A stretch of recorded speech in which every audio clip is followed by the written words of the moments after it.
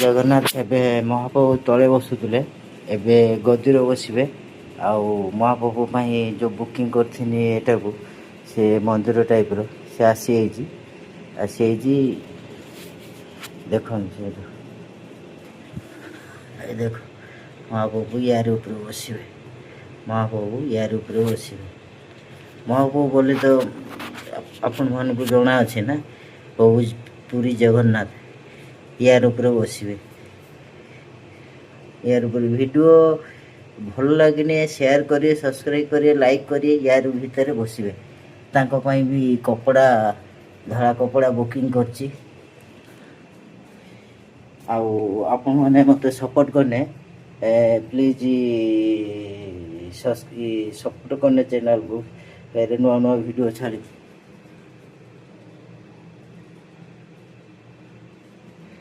କେମିତି ଲାଗିଲା କମେଣ୍ଟ ବକ୍ସରେ ମୋତେ କହିବେ।